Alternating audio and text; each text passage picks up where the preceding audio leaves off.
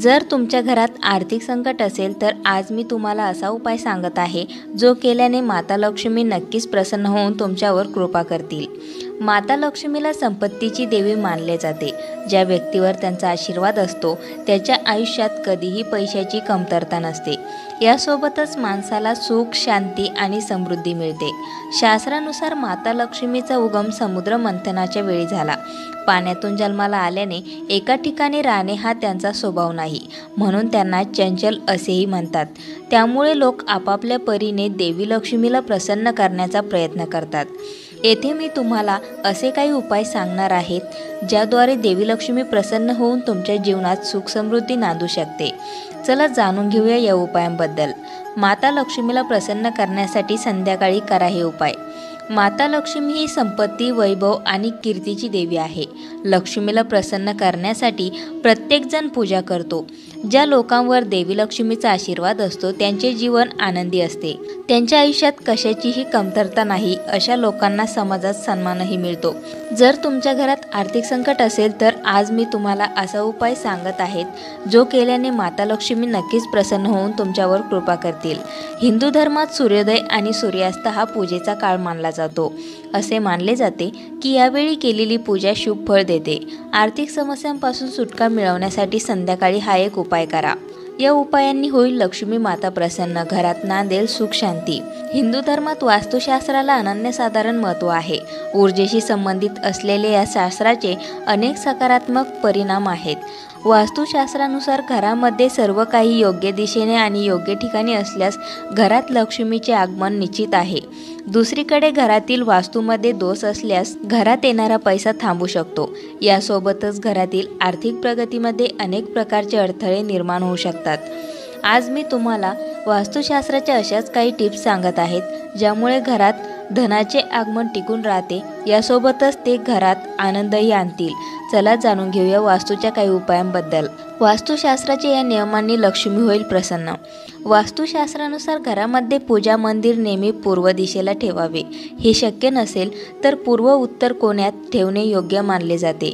याशिवाय पूजनगृह किंवा पूजा मंदिरात अगरबत्ती आणि पूजेचे साहित्य ठेवण्यासाठी आग्नेय दिशेचा वापर करणे चांगले। वास्तुशास्त्रानुसार घरामध्ये 7 घोड्यांची चित्र असणे शुभ असते। असे मानले जाते की यामुळे घरात सकारात्मक ऊर्जा राहते। यासोबतच घरात लक्ष्मीचे आगमन होते। वास्तूनुसार 7 घोडे असलेल्या रथाचे चित्र नेहमी पूर्व दिशेला ठेवावे।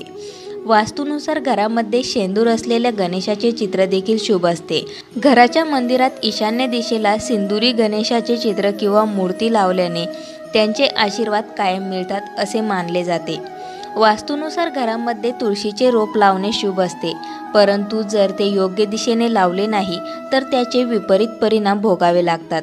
घरात एका तुळशीच्या रोपासह अनेक झाडे लावता येतात। घराच्या उत्तर पूर्व म्हणजेच ईशान्य दिशेला म्हणजेच तुळशीची 5 रोपे लावल्यास लाभ होऊ शकतो। लक्ष्मी आणि शुक्राचा आशीर्वाद मिळवण्यासाठी शुक्रवारचा उपवास हा अतिशय प्रभावी मार्ग आहे। या दिवशी शुक्रदेवाचा विशेष मंत्र ओम शूं शुक्राय नमः या मंत्राचा 108 वेळा जप करावा। यामुळे घरात सुख समृद्धी नांदते। माता लक्ष्मी आणि शुक्रदेव कधीच घाणीत राहत नाही, म्हणूनच जर तुम्हाला त्यांचा आशीर्वाद हवा असेल तर तुमच्या घराचे वातावरण शुद्ध आणि स्वच्छ ठेवा। शुक्रवारचा संबंध पांढऱ्या रंगाशी आहे, त्यामुळे या दिवशी हा रंग जास्तीत जास्त वापरावा। शुक्रवारी पांढऱ्या रंगाचे कपडे परिधान करूनच पूजा करावी। व्रतासह या दिवशी शुक्रग्रहाशी संबंधित वस्तूंचे दान करणे देखील शुभ आहे। तांदूळ, दूध, दही, मैदा आणि साखरेची मिठाई यासारख्या पांढऱ्या रंगाच्या वस्तूंचे दान शुक्रवारी करता येते। याशिवाय शुक्रवारी मुंग्या आणि गायींना पीठ खाऊ घालण्याने शुक्रदेवाची कृपा होते।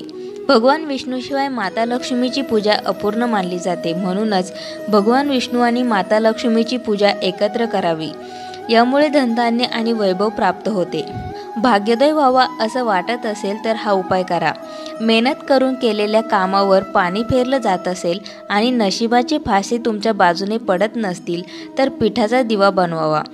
त्यात थोडीशी हळद घालावी आणि रोज संध्याकाळी तुळशीसमोर हा दिवा लावावा।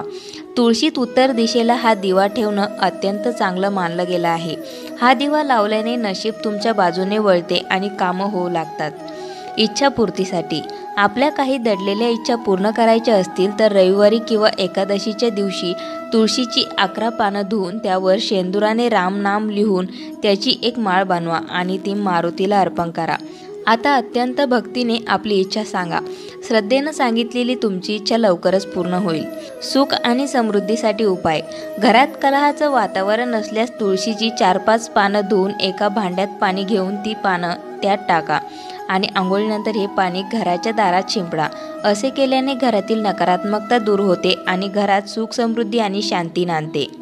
दररोज तुळशीच्या रोपाची पूजा केल्याने घरात लक्ष्मीचा वास होतो असे मानले जाते. घराच्या अंगणात बाल्कनीमध्ये तुळस लावल्याने सकारात्मक ऊर्जा पसरते. यामुळे घरात सुख शांती राहते. तुळशीच्या पूजेमुळे घरात कलह निर्माण होत नाही असे मानले जाते. हिंदू धर्मात तुळशीच्या पूजेचे जेवढे महत्त्व आहे तेवढेच महत्त्व वास्तुशास्त्रात सांगितले आहे. अशाच नवनवीन माहिती व्हिडिओसाठी मंगलम या चॅनलला सबस्क्राईब करून बेल आयकॉनला जरूर प्रेस करा.